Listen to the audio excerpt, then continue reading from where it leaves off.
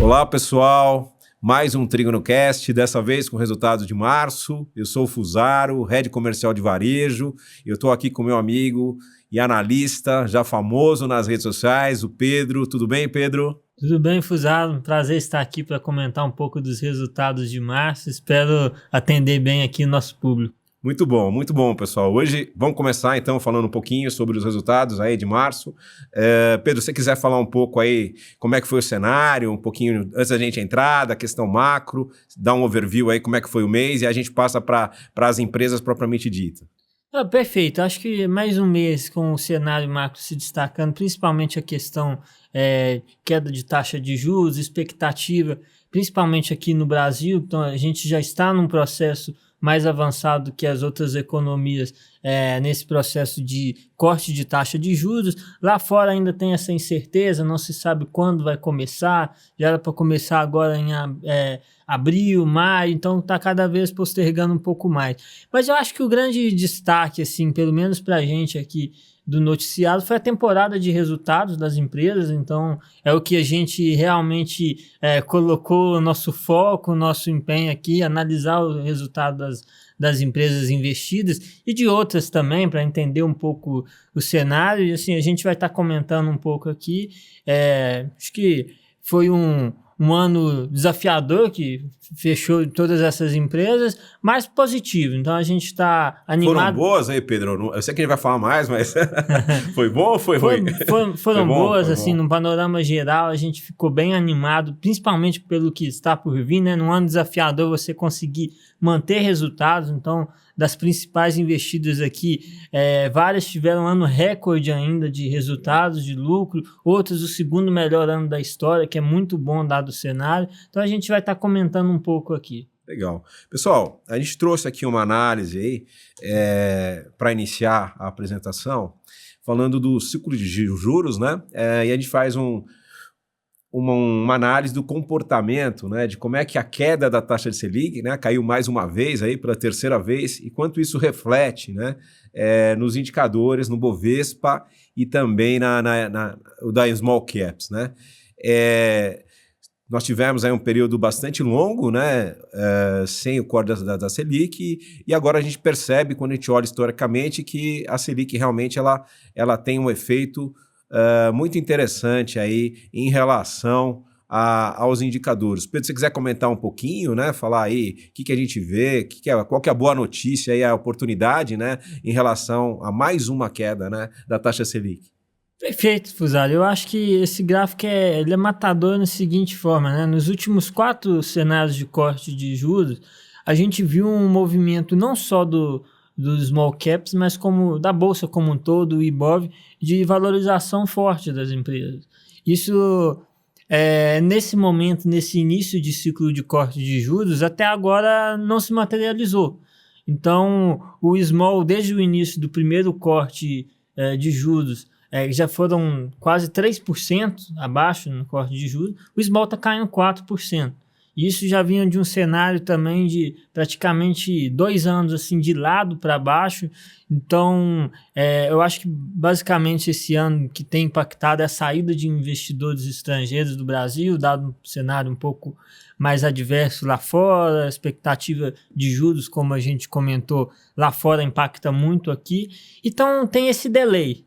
Então, e o que a gente prefere nesses momentos é ficar sentados em cima dos fundamentos das companhias. Uma hora isso vai ser reprecificado, não sabemos quando, pode demorar um pouco mais, mas a questão é que as empresas indo bem, isso mais cedo ou mais tarde vão ser corrigidos, né? Então, até agora foram 3% de corte, e quando a gente olha nessa média histórica, nesse slide, é interessante que na média para cada 1% de corte, o small sobe 11 vezes mais. Então, nós já tivemos vários cortes e não subiu nada, né? Nada. Então você estaria pelo menos aí entre 30% a 40% de atraso.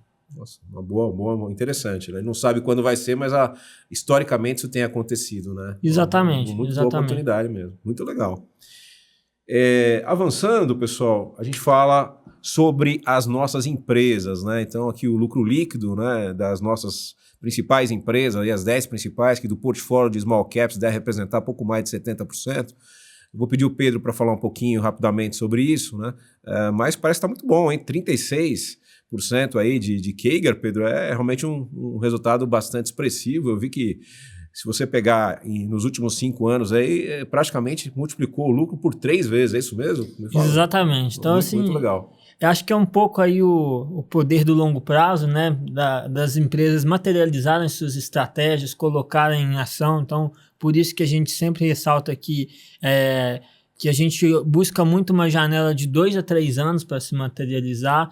E quando a gente olha para 2023, foi um bom ano em termos de resultados, apesar de, na média ali, uma média simples, cair 8% do lucro líquido dessas empresas, mas vocês podem ver que é basicamente Ferbasa e Unipar foram afetadas pelo ciclo de commodities natural, isso acontece de tempos em tempos.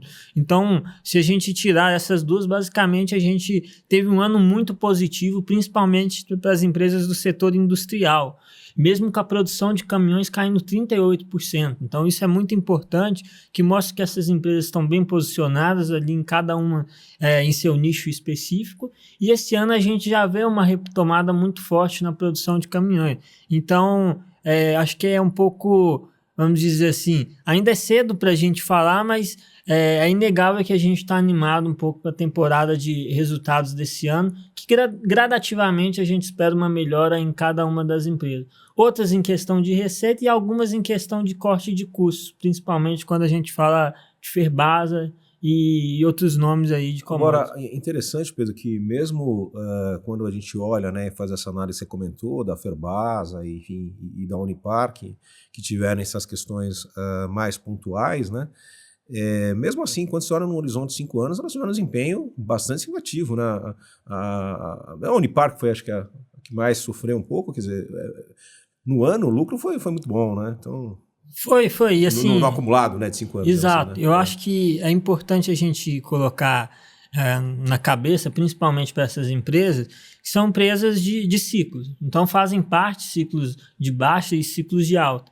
E que a gente foca aqui muito é a competitividade dessas empresas no cenário global, principalmente em questão de custos e geração de valor para o acionista. Então, quando a gente tem um cenário que favorece essas empresas, como foi 2022, e foi um pouco no início de 2023, a geração de valor é muito grande. Então, isso beneficia não só todos os acionistas, como a gente vê um bom pagamento de dividendos também. Então, assim, por mais que faz parte um ciclo de baixa, a gente não sabe quando isso vai retomar, mas quando retoma, a gente é beneficiado de uma forma muito, muito vantajosa. Quer dizer, mesmo não valorizando, o mercado não enxergando, né, o potencial das empresas, por qualquer motivo que seja, o que você está me dizendo é que essas empresas pagam dividendos, quer dizer, então, no fundo, o acionista está recebendo dividendos, né?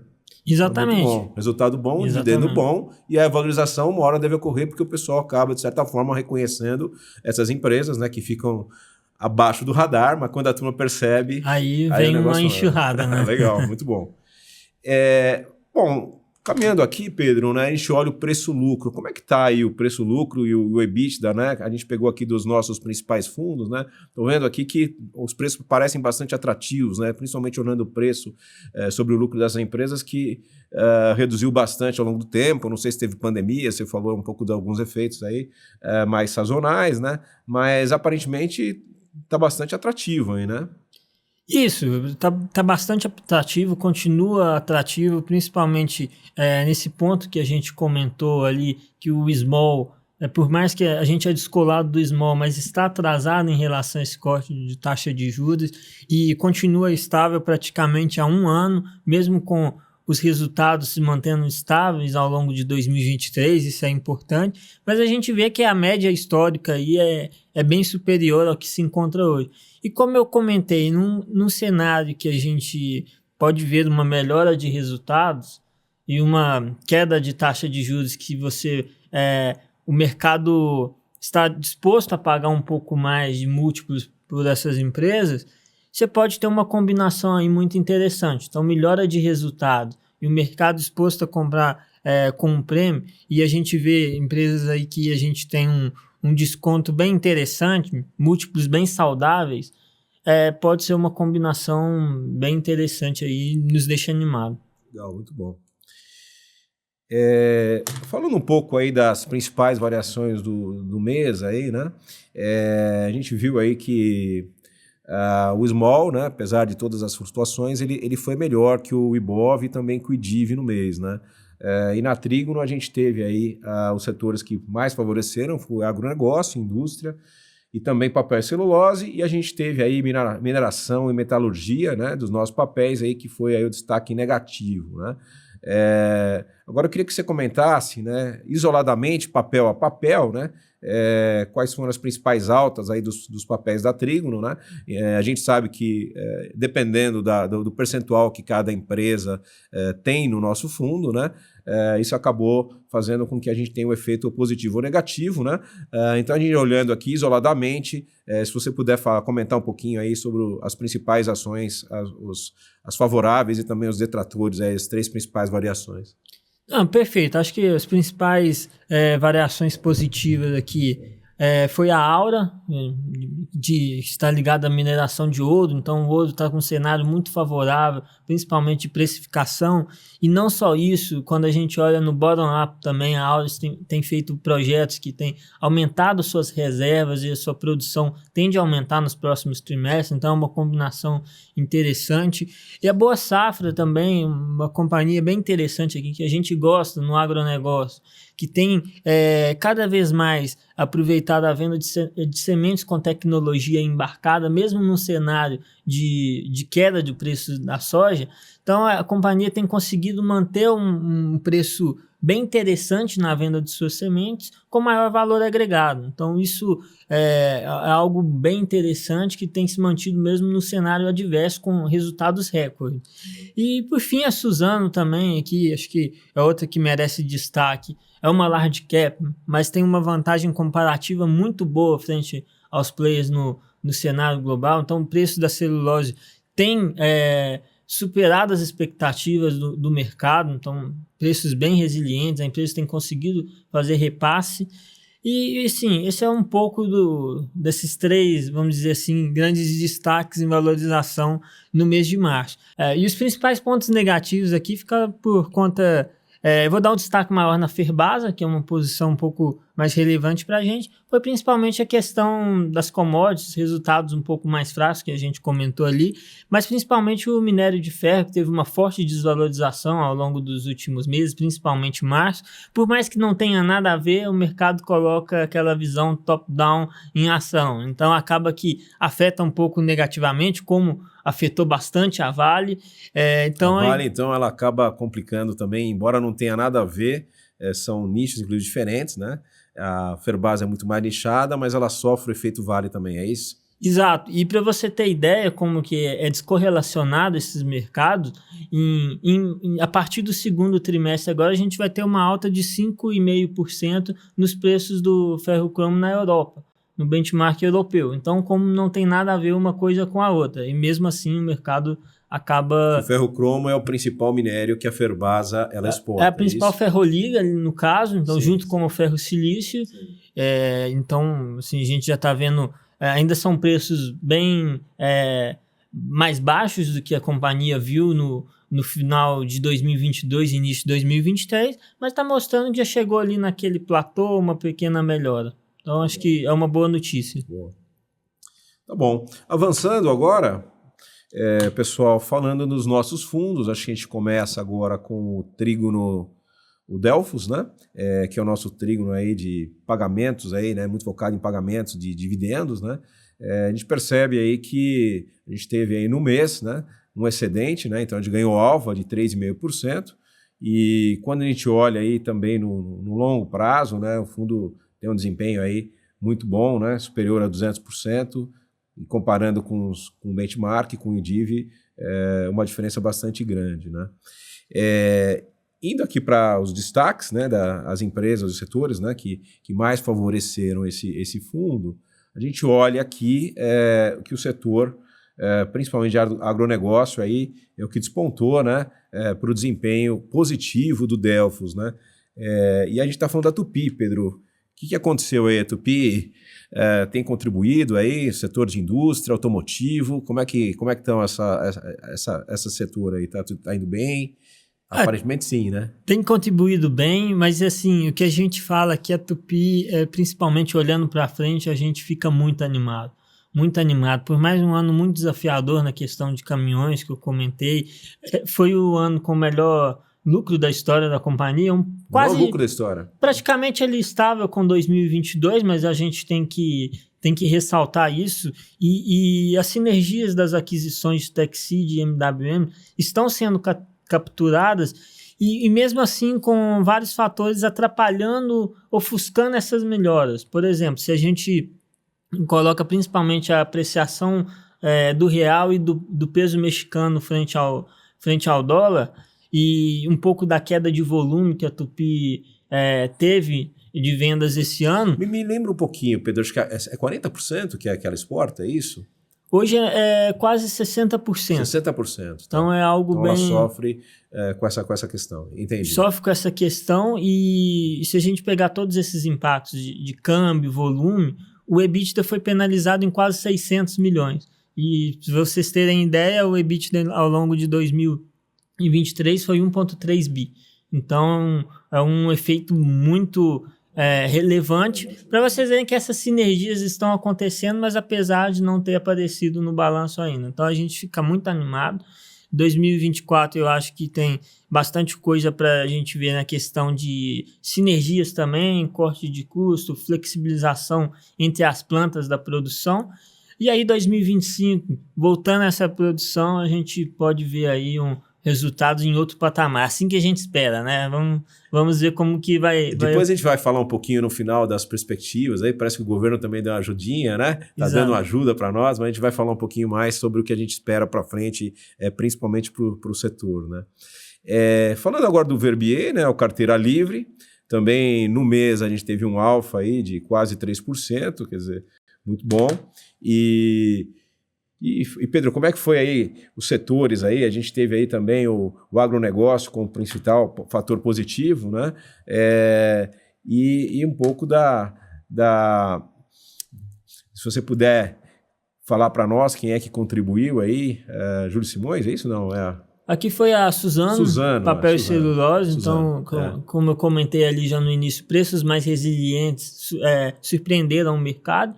E ainda tem aquela expectativa da entrada do projeto Cerrado, que vai aumentar a capacidade da empresa em mais de 20%, além de reduzir custos. Então, acho que o mercado já está começando a ver tudo isso que vem pela frente. Muito bom. Indo agora para o nosso fundo de previdência, Icatu, também gerou alfa, quase 3% também. E o setor também foi o agronegócio, né? Agora a JSL, aí você puder falar rapidamente, Pedro, como é que foi aí a empresa e o principal fator positivo aí que levou à aceleração do fundo? Acho que basicamente aqui os resultados muito bons no quarto tri. Muito bons resultados e a empresa que está crescendo, investindo muito, fechando cada vez mais contratos para o próximo ano. Então, quando a gente olha a carteira, o backlog contratado para frente, nos anima bastante e aumenta essa, vamos dizer assim, essa previsibilidade de resultados e a perspectiva é muito boa. Legal. Bom, finalmente aqui, o flagship, né? Acho que foi o único fundo nosso que acabou performando no mês com excedente negativo, praticamente flat, 1% negativo, embora quando a gente olha no horizonte maior, né, de longo prazo, realmente o desempenho é bastante favorável, né, mais de 200%. Né? E o que aconteceu aí no flagship nesse mês que levou aí a um retorno levemente negativo, Pedro? Eu vi que foi aí de positivo a gente teve a Kepler, mas de negativo aí foi a Ferbasa, né, que você estava comentando, né? Exato. Eu acho que foi isso, um pouco disso tudo que a gente comentou aqui, mas ressaltando, a Ferbasa hoje ela tem quase 900 milhões de caixa líquido, então ela está super tranquila para passar esse momento, vamos dizer, mais difícil de preços de suas commodities. A retomada chinesa, você acha que você acredita nisso? Que acha que vai ajudar? Eu acho que pode ajudar, e talvez aí já tenha dado certo alento nos preços, como eu comentei, então é um ponto positivo, e é uma companhia que está focada muito agora na redução dos seus custos. Então a gente deve ver em 2024 uma redução de custos, principalmente na parte de mineração. Você já está desenvolvendo suas reservas nas minas, já está um pouco mais avançado. Questão de energia, agora ela sai do horário de modulação, sai daquele horário de ponta. Antes ela parava os fornos todas as vezes entre 6 às 9, agora então a gente deve ter um aumento de produção para esse ano também, que vai ajudar um pouco essa diluição de custos. Questão com biorredutores também, custos menores. Então assim, é um ano para olhar dentro de casa. Então acho que a gente pode ter uma surpresa muito boa em custos, enquanto uma empresa que está super tranquila na questão de caixa, vai continuar fazendo bons investimentos, já pensando ali no longo prazo, no crescimento sustentável daí para frente. E aí quando for favorecida com bons preços, aí é o que a gente viu em 2022, com lucros recordes, e assim a gente espera. Não sabemos quando, né? O track record dela é incrível, né? Igual a gente mostrou aí os 5 anos, poxa, dobrou, né, o lucro. Quer dizer, é uma empresa realmente com grande potencial. Pedro, eu vou começar falando um pouco agora das perspectivas, né? Para a gente já finalizar aí a apresentação. E o governo deu uma ajudinha aí para nós, né? Tá dando, né? A gente listou aqui algumas ações, seja conjunturais, seja do governo, de políticas anunciadas, que devem favorecer muito aí os setores que a gente está exposto, né? Sobretudo o setor industrial, automotivo, né? Agronegócio e também de commodities, de uma forma geral, né? O setor industrial, muito no setor automotivo, a gente percebe que ele ficou aí andando de lado, né? Com a pandemia, né? Então a gente teve aí, seja de veículos pesados, de caminhões, seja de leves, a gente percebeu, né, Pedro, que você teve a produção muito inferior do que historicamente, né? Então teve algumas questões aí também relacionadas principalmente de pesados. Aí queria que você falasse um pouquinho do Euro 5, Euro 6 e tal. Mas que de certa forma a gente está vendo agora, o Weekend 5 agora já anunciou que a previsão agora é de pelo menos 20% de crescimento. Eu vi agora as vendas de veículos já são mais de 12%, 13%, né, esse mês. Isso deve ajudar muito essas empresas, né, a Schultz, a Rio Sulense e também a Tupi, a Metal Leve, que são empresas que também elas fazem muitos componentes, né, automotivos, inclusive para a indústria, né? A indústria automobilística agora também está bastante aquecida, né, e deve se aquecer para os próximos anos, né? Essa política industrial aí de 300 bilhões aí que o governo anunciou que deve ajudar as empresas também a modernizar, né, o setor. O grande problema do Brasil sempre foi a produtividade. Pedro, você acha que isso realmente vai contribuir aí para as empresas? Vai sim, Fusaro. Então acho que essa nova política industrial já tem trago algumas novidades para o setor. Então as principais montadoras já anunciaram mais de 60 bilhões de investimentos para os próximos anos. Então isso é uma boa notícia. Se as montadoras estão investindo, acho que naturalmente as empresas que estão ao redor dessa cadeia vão investir também. Então é um cenário positivo. E aí vem a questão do mover, que também incentiva principalmente na questão de mobilidade verde, biocombustíveis, que a gente está muito alocado aqui. A gente pode ser muito beneficiado. E acho que a questão do Euro 5 para o Euro 6, né? A gente viu um movimento de pré-compra em 2022, então a produção veio muito forte. Em 2023 você tem essa acomodação, que é natural, que teve das últimas trocas também, do Euro 3 para o Euro 4, Euro 4 para o Euro 5, a gente viu esse movimento, e que no ano seguinte se recuperou as vendas até mais em 20%, a produção. E é algo que até aqui, nesses 2, 3 primeiros meses, a gente tem visto essa dinâmica. A produção de caminhões já tem respondido bem, um crescimento relevante em relação ao ano passado. Então a gente está animado para o setor. Vamos ver como que isso vai se dando ao longo do ano, mas aqui os 3 primeiros meses têm nos passado uma boa imagem. Esse é o principal setor que a gente está exposto, né? Mais de 40%, né? E realmente eu fiquei impressionado quando eu vi alguns dados do envelhecimento da frota, né, Pedro? Uma idade média de 12 anos, a idade média de veículos hoje é a mesma de 94, quer dizer, seja de veículos, seja de caminhões, acho que é um pouquinho mais. Realmente aí, se por um lado, eu estou pensando aqui, se isso não acontecesse, né, de ter essa nova produção, né, essas empresas também elas são muito fabricantes, uma parte da produção vem de peças de reposição, né, então eu percebo que isso aí deve aumentar, né, porque o carro mais velho aí deve quebrar mais, né, o caminhão, né. Tem uma demanda por manutenção. Então, ou seja, nós estamos maior. cobertos, ou seja, se aconteceu ou não aconteceu esses investimentos, as empresas devem se beneficiar, né, dos dois lados, imagino, né. Exato, cada empresa tem sua dinâmica, seu nicho, a gente não está exposto apenas em um fator, são vários aqui, algumas mais expostas ao mercado externo, outras ao mercado de reposição, então cada uma tem sua dinâmica que no fim do dia foi o que a gente já viu ano passado, mesmo num ano desafiador, todas apresentaram, tanto Tupi, Shoes, Metal Leve apresentaram o seu maior lucro da história, as três. Então, mesmo com um ano desafiador. Nossa. Então, é um bom indicador aí do que a gente vê pela frente. Legal, muito bom. E comentando um pouco do agro, né, a gente tem aí o projeto Recilos, que vai suspender o imposto PIS, COFINS na cabeça, quase 10%, e também uma lei que vai fazer com que as empresas, os agricultores que queiram construir, né, os seus silos, né, os seus armazéns para grãos, que o Brasil também percebeu, né, agora o governo está estimulando que o Brasil tem um grande problema nessa questão de desperdício de alimentos, né? Então, isso acho que também é uma lei que deve favorecer muito a nossa empresa. A gente até aumentou a posição aqui para a Weber, né, Pedro? Então, acho que tem coisas muito favoráveis, né, dessas ações e eu acho que as perspectivas realmente têm sido vão ser bastante boas aí para as empresas investidas, né? A gente trouxe aqui um pouco algumas matérias, Pedro, que você comentou, né, do investimento da indústria, né, da CNN, aí, quase 100 bilhões aí até 2029, a questão do carro híbrido com álcool, né, e motor elétrico, a questão do armazenamento aí de 61% hoje de armazenagem, né, dos produtores não tem estrutura para grãos, né? Então, assim, está muito movimentado, né, Pedro? Acho que realmente a gente deve ser bem beneficiado as empresas nesse setor, não é verdade? O noticiário para a gente está bem favorável, né? Apesar disso a gente não ter visto ainda nas cotações, e nos resultados também não, leva um tempo para isso se materializar, mas o noticiário está bem favorável para nossas teses. Muito bom.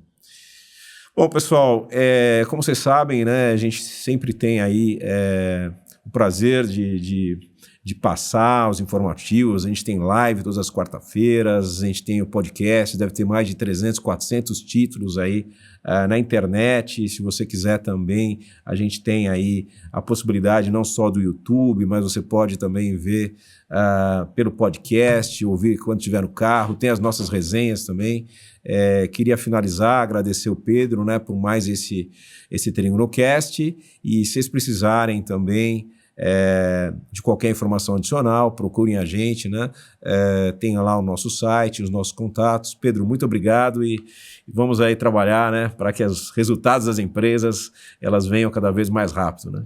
Obrigado, Fusara, agradeço o público aí, vamos continuar acompanhando, estudando e com o tempo aí a gente pretende ser beneficiado por todo esse trabalho aí que a gente tem feito, não só a gente, mas as empresas também. Legal, obrigado, pessoal.